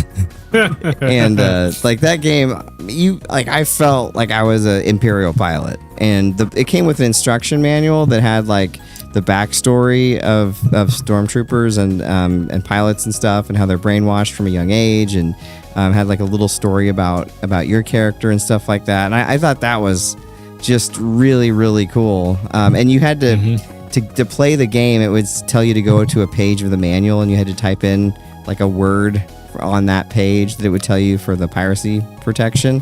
But the sound in it, the sound in that game also was really, really great. And it's still probably my favorite space combat game. I know there's been a lot, since then that were probably better technically and graphically and everything, but I just loved the progression of TIE Fighter. You eventually get to fly like on Darth Vader's wing. If you mess up, he kills you very quickly, which he would. So that was pretty rad. But it's just such a great game. TIE Fighter is still one of my, and there's a total conversion of it. I don't know if any of you guys have seen that a couple of years ago. That takes it and it updates basically all the graphics and tries to kind of modernize it and everything. It's really, really cool. The TIE Fighter TC. So If you have the good old games version of it, I think it works. It might work with the Steam version too, but you just basically install it over it, and pretty cool. If you like TIE Fighter, you should give it a try. It's one of those where that game has left its mark, because every time anybody talks about like Star Wars games, like was like Battlefront on the PlayStation 4 when that came out. They're like, why can't you just play as one of the bad guys? Why can't you just be the Empire? Because they always now, like, if you're an Imperial, you eventually turn good. They're like, why can't we just have a campaign game where you are just the bad guy and you're unrepentant and you do missions for the Empire? And the unspoken part of that is because they are Nazis, and they don't now and the longer that the Star Wars goes, the more like overt that is. And I think the harder of a time they have just making it be like, yeah, be an Imperial, be a bad guy, whatever. Just be a space racist, be a fascist, stand in front of your red flag and yell about your emperor and oppress aliens. I didn't realize that was the case when I was in like 3rd or 4th grade when I played TIE Fighter. I just thought, Darth Vader was cool. And well, he is. That's the problem. Is all the bad guys look really cool. They look cool. I think especially in the present day, I would have a lot of trouble probably fighting on the side of the Empire. It hit too close to home. Right. I will say, so not necessarily TIE Fighter, but its predecessor, X-Wing. X-Wing is the game that made me learn how to make bootloader discs for my PC. Like, I would say probably about half of the computer knowledge I have today, I learned trying to get X-Wing to work on my PC. Yeah, I remember those days, like you got a PC game and you didn't really know if it was going to work or not, and you had to like jump through all sorts of hoops, and like you remember changing the EMS memory and all that kind of stuff just to get like a game to work. We're just getting your IRQ settings working so you can actually get your Sound Blaster to work. And you have to like call the tech support line. They're like, oh, you just got to like run this command. And I always be thinking like, how was I supposed to know that? Like buying the game that I would have to run all these commands to get the freaking game. When I first got TIE Fighter, I didn't even have a sound card. I was like, I played it silently, and then I ended up getting a sound card for Christmas. That was like what I wanted, so then I could actually hear it. But I played it. It was so good. I played it in silence. Yeah, and when I found out that X-Wing versus TIE Fighter came out and there was a CD version of it, I was so upset that I didn't have a CD-ROM drive. Like that was like the worst thing. I was like, I can play this game, but I don't want to because I want to get the CD. I want to hear the voices. I want to get all the dialogue. I remember downloading the demo for that game, and it took like days. I can't remember how many days, like 2-3 days to download the freaking demo. To play it, and then I couldn't even run it. Like it installed, and then it was like your graphics card is moot, so you cannot play. Yeah, so I wasted, and that was like I was on like the phone line was tied up for days, so it was like a sacrifice for everybody that they didn't really know about. Like, Mom, I gotta get this thing downloaded. Just wait. You can call the doctor later. Yeah, right. Like, because you tied up the whole everything to do that back in the day. So yeah, and I mean, I know you had an older sister. I had a younger sister. So like where we were at in our lives, like the phone was a very precious resource at the time. Yes, yeah, it was. Well, yeah, it. Yeah, I didn't get to do that again. That was the end of that. Of course. That was the end of that because people couldn't get a hold of my parents. But, yeah. But TIE Fighter, if you've never played TIE Fighter, find a way to play it because that game is mesmerizing. And if you can like sit in a dark room and like play it and like surround yourself with the sound and really get like into it and like maybe try to go back in time so where you didn't really think about how the Empire were Nazis. You can have a good time. You can have a good time with it. I've watched Andor season 2 and I can never go back. The Empire isn't cool anymore. Did you finish it? I got 2 episodes left. I'm binging it next week. Same here. I just finished Daredevil so now I'm open, and Andor's next. Yep, Andor. Once I turn my grades in for the semester, it's going to be Andor.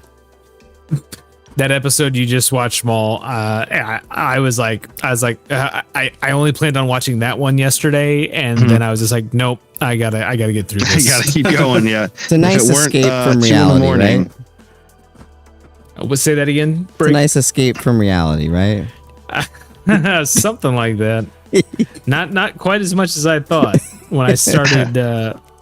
I started it, but yeah. It's a lot of fun. It's a really cool. You will really enjoy the last 2 episodes, Maul. It's pretty great. Well, good. Yeah, I mean, I'm pretty stoked. I've been enjoying it so far. So I can't wait, and I'm excited to binge it. I really hate waiting with those shows. It drives me crazy. Yeah, I've gotten too spoiled with content, but yeah, Star Wars is good. A lot of good Star Wars. Talking games right now. Jack, what's your next good game?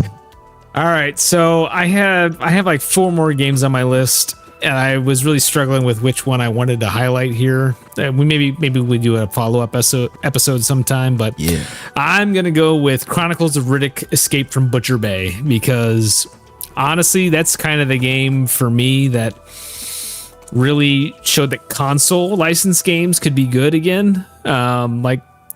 Sure, there's a lot of good ones in there, but like, you know, you think of like, hey, we got Vin Diesel and he's promoting this like it's his own studio, and like I was really kind of like, we'll see what this is gonna be like. Oh, Vin. And like, I really like Chronicles of Riddick, but I was like, how are you gonna do this? They did a really great job. I know they did a re-release like Dark Athena. Or was that a sequel?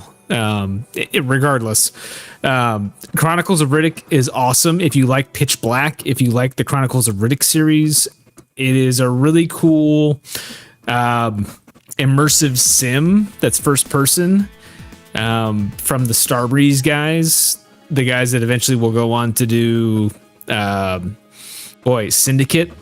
On the Xbox 360, they'll do the Wolfenstein games, the new Wolfenstein games.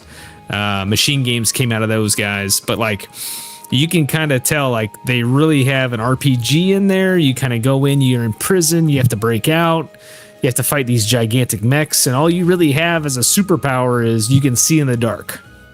And it's a really cool game that really did something unique with the franchise, and really kind of pushed the boundaries on what a licensed game could be, and took it kind of beyond what was in the movies. Like a lot of things you see with Star Wars games today, where it's kind of like extra universe kind of stuff. And with a small, at the time there was just the one Pitch Black movie. Yeah, so like expanding that universe and making it into more of a fully fleshed out thing was really kind of cool, and especially getting like the likeness for Vin Diesel to be in the game. Like I said, again, his studio was the one that made the game, but it was something you just didn't see a whole bunch at that time, especially like on the original Xbox. You just didn't see it, and you've gotten a lot more of that here recently, but for 2003, 2004, it was kind of unheard of. I remember you showing me that game back in the day, and I was astounded at how good the graphics were. That was like the first thing. And it still actually looks pretty good today. Like if you boot that up on I actually did recently, it still looks really good, and it's still impressive. They pulled it off back then. So. Yeah, like I said, it kickstarted Starbreeze. Like it got them on the map for sure. Cool. Yeah, if you haven't played it, check that one out. I think it's one of the better original Xbox games overall. Mm-hmm. For sure. All right, Maul, what's your last good game of the evening? Last good game. I'm just going to skip over because I was thinking, obviously the Spider-Man's PlayStation, but we just talked about those during our best games and favorite games episode. Already covered those pretty extensively.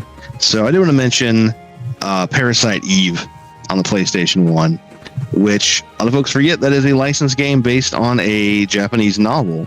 Oh. I didn't know that.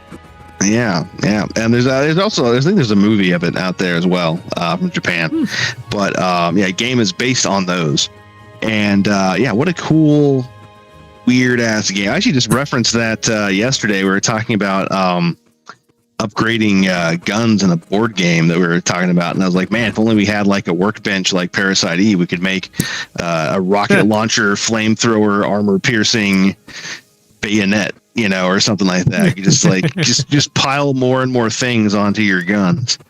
The beginning of that game is awesome. Like, yeah.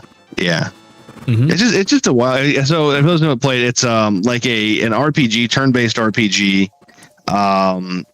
with some kind of action exploration elements to it.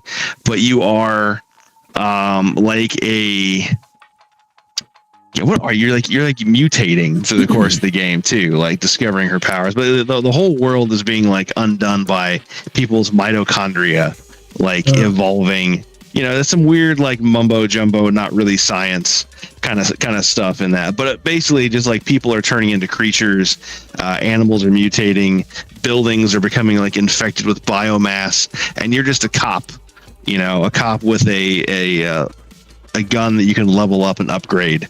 Out on the beat trying to take down what ends up being a being related to you, we'll say, who you're suffering similar issues with your next evolution coming out. It's a very strange, muddled kind of story in the way that only Squaresoft can manage, but it's still fascinating at the same time, and just a great like horror survival kind of RPG. And it stands alone on that one because the sequel became more like Resident Evil and delved into the horror games at the time. But that one stands alone as being a cool role playing game like version of it. So did always really like that. Awesome. Parasite Eve, I love that game. That was another one of the ones when I can't remember if I played it before or after Final Fantasy Tactic, but it was the same person at Sears of all places. And she was, I was like, I love Final Fantasy 7, and she recommended Tactics, and then I think it was the next time she's like, you should try Parasite Eve. And that beginning of that game is creepy, and it sets such a nice vibe. And I remember the combat in that game being kind of unique and interesting too. I need to replay that. I've not played that. It's like since, a turn-based, but you can still move around during the combat and reposition yourself. You can target different parts of the body too, can't you?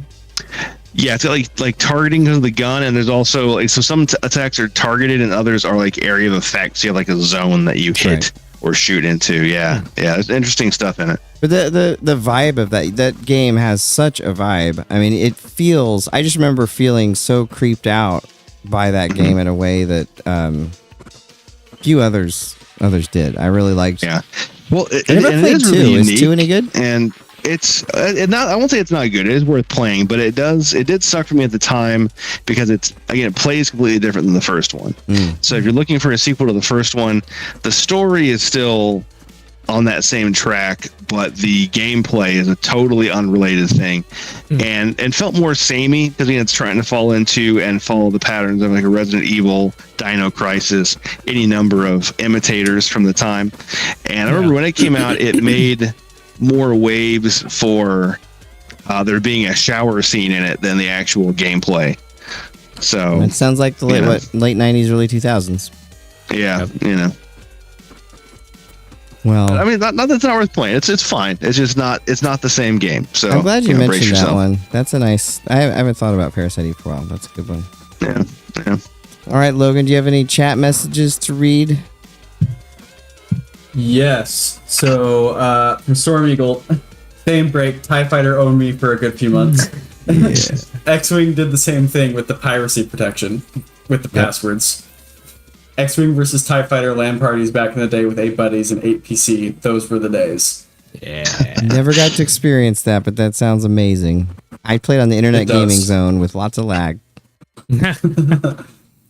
And then Stormingle says, how can we have a list of great licensed games without the best shooter of all time, GoldenEye on the N64? I mean, we all have reverence for GoldenEye, I'm pretty sure. It's just we wanted to make sure we talked about some things that were kind of on our personal lists. We talked about GoldenEye a couple other times too. I think it's GoldenEye's. I mean, for me, like it's an obvious pick for one of the great licensed games, and I think it's probably one of the ones that comes up on most people's lists pretty quick.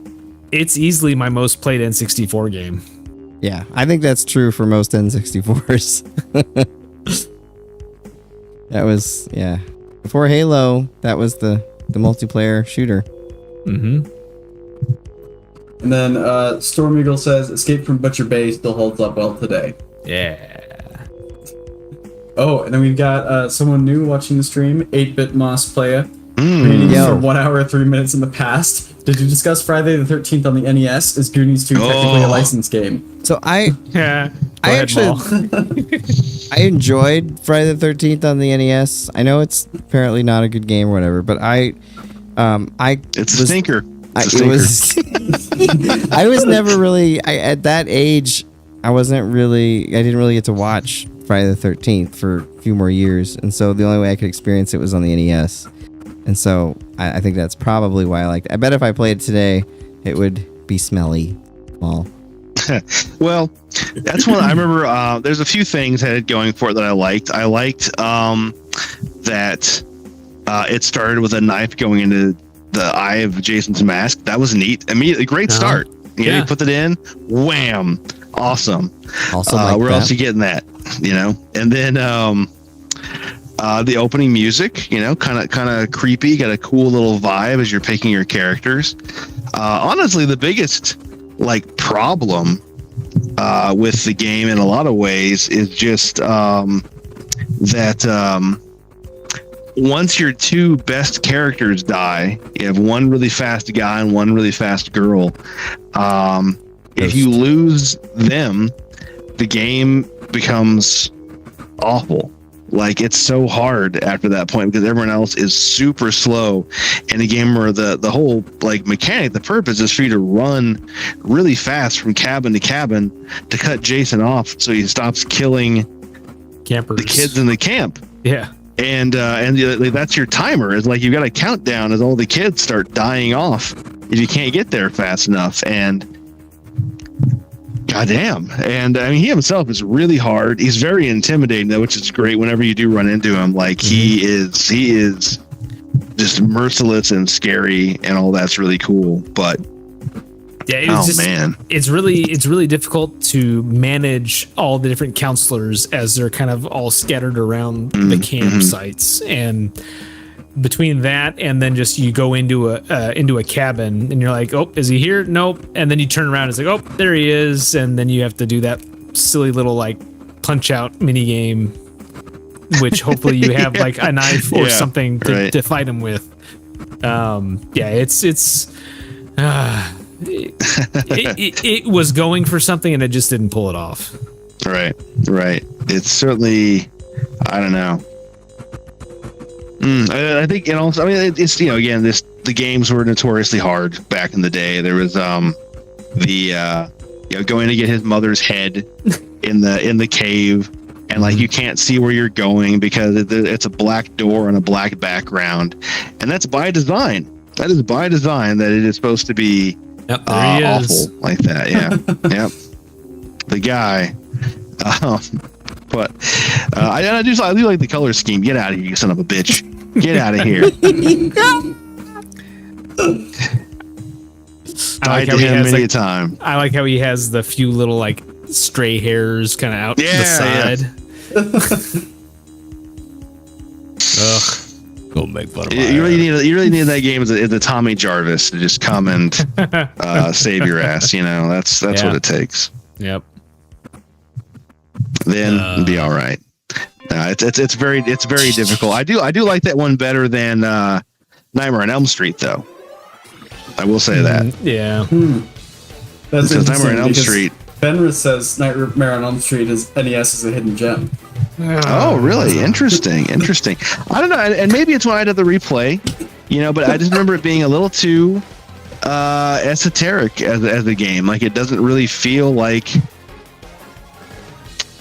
Anything? I don't know. I mean, as far as like games with a nightmare world, then it's better than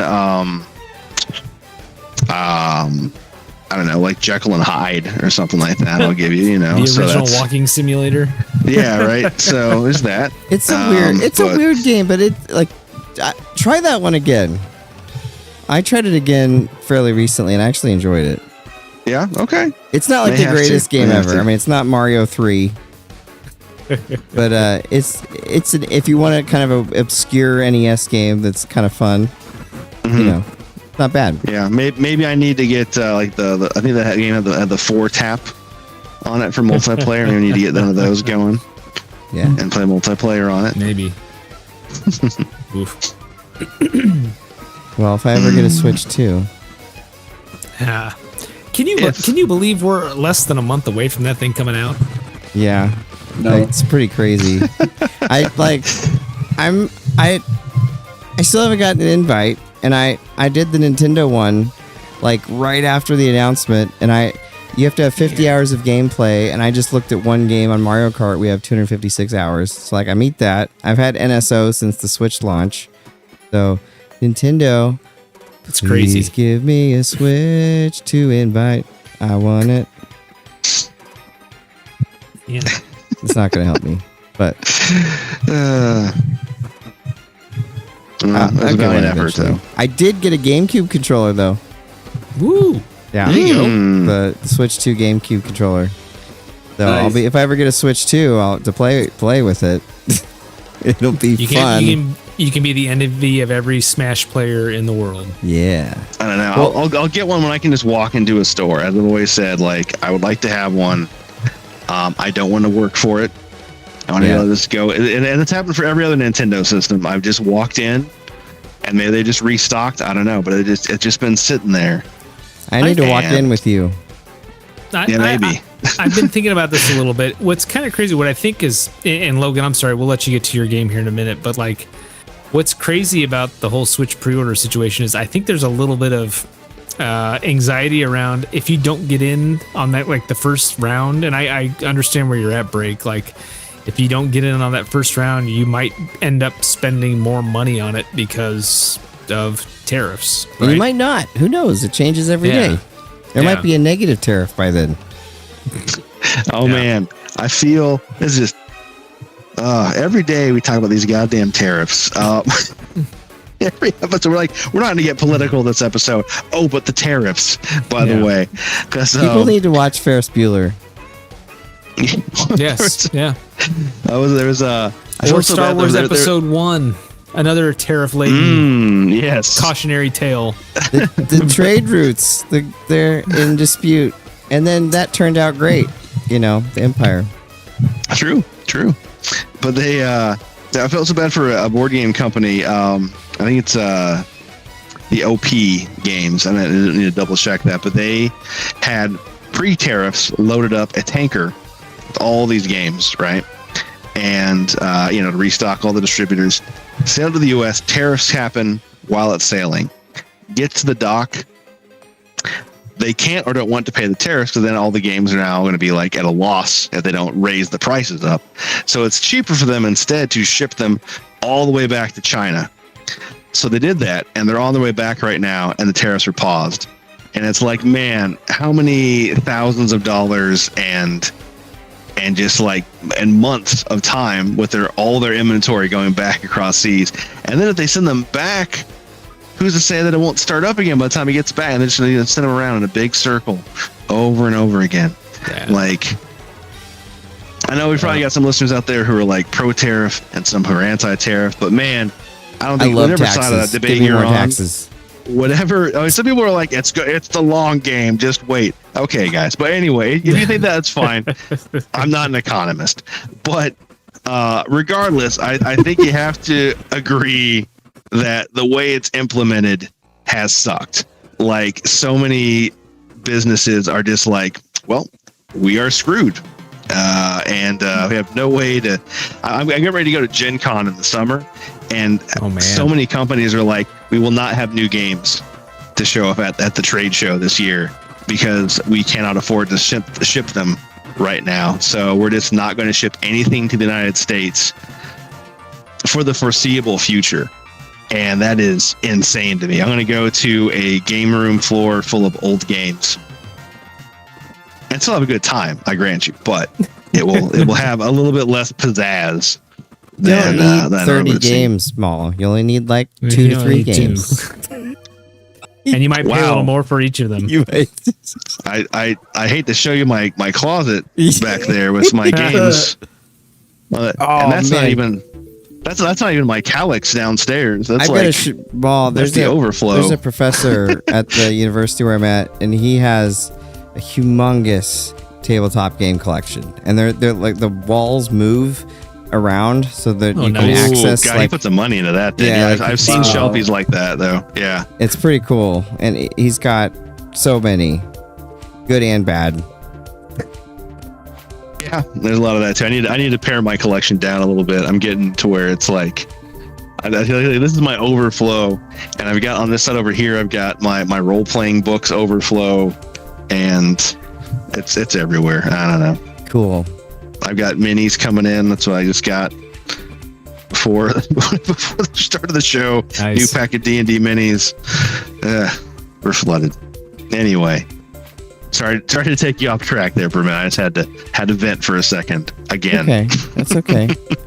maybe the tariffs will work out, and for the first time ever, it will be good. You know, who can say? Maybe you're right. Who can say? The economists are saying. Anyway, Logan, finish with the chat. You're looking for new chat? Well, I didn't know if we finished it or not before we got to your game. There's been a couple new ones. Fenner says, alternatively, you can use the GC NSO controller for GC. That's I'm going to. For sure. Storm Eagle says, I love, by the way, the N64 NSO controller is awesome. Like it feels like, I mean, I guess my N64 controller has been used so much, but like it's basically like a brand new N64 controller. And I played the Ocarina of Time decomp project. So I played Ocarina of Time 144 frames a second with the 3DS graphics. A little better than 20. And it's awesome. But anyway, continue, Logan. Storm Eagle says, this is getting out of hand. Now there are 2 of them. Federer says, my trip to Japan reignited my passion for retro collecting. My wallet was doomed as soon as I stepped in Akihabara. I don't know if I pronounced that right. I want to go to Akihabara. Okay. And then Fenner says, this is the last one. My trip to Japan reignited... Oh, no, that's the same. Oh, it got duplicated. Okay. Is Asobi City still around? I used to look at pictures of Asobi City, Play City, in Japan. It was like a huge skyscraper of all video game stores. Not sure. IGN used to post pictures of it, and I used to drool of like all kinds of games from all different eras. There's probably ETs in there. A few Parasite Eves, maybe a GoldenEye. One could hope. Where's Waldo? All right, Logan, what's your last good game? Yeah, so this one, some people might be surprised it's on my list because it still gets a bad rap, but it's EA Battlefront 2. And it rightfully got a bad rap when it came out because it was just a microtransaction nightmare. But they went and like fixed a lot of those issues, and I got it when it was free on Epic, so I just basically got the whole game for free. And man, it's been a really fun, immersive game to play. Just really, like, for me, is the closest I can get to feeling like I'm actually like in the Star Wars world, because it's just there in a battle and it's like just happening. And that's just really cool. They put a lot of effort into the maps and the character models and everything. And especially that Ewok mode, that's terrifying. Like, that's probably my favorite mode just because of the horror angle. But yeah, I think it has definitely grown a lot since it came out and is now one of my favorite licensed games. Nice. That's awesome. I'm bummed that Darria's not here for that one, because Darria and my son have had like the most intense Battlefront 2 battles.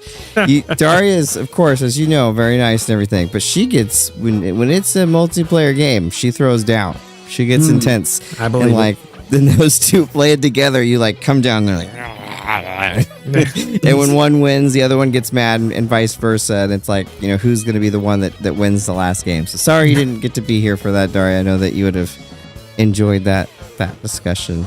But I haven't played it in a minute because most of the time I don't have anybody else to play it with, so I just play online, and everybody's kind of sweaty right now. But you know, so everyone's kind of sweaty.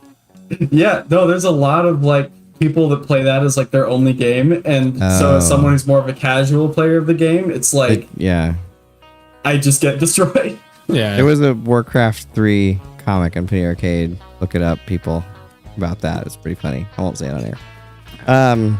So, you know, Darria, if you ever come back and watch the show, if you ever want to play Battlefront 2 sometime, I'll play it with you. Oh, I would if watch we ever that. see Darria again, we will. her silly work kept her after. We will see her again for sure. Well, we should bring this up next time. You can challenge her, and she'll probably want to play you right then. She gets intense with the Battlefront.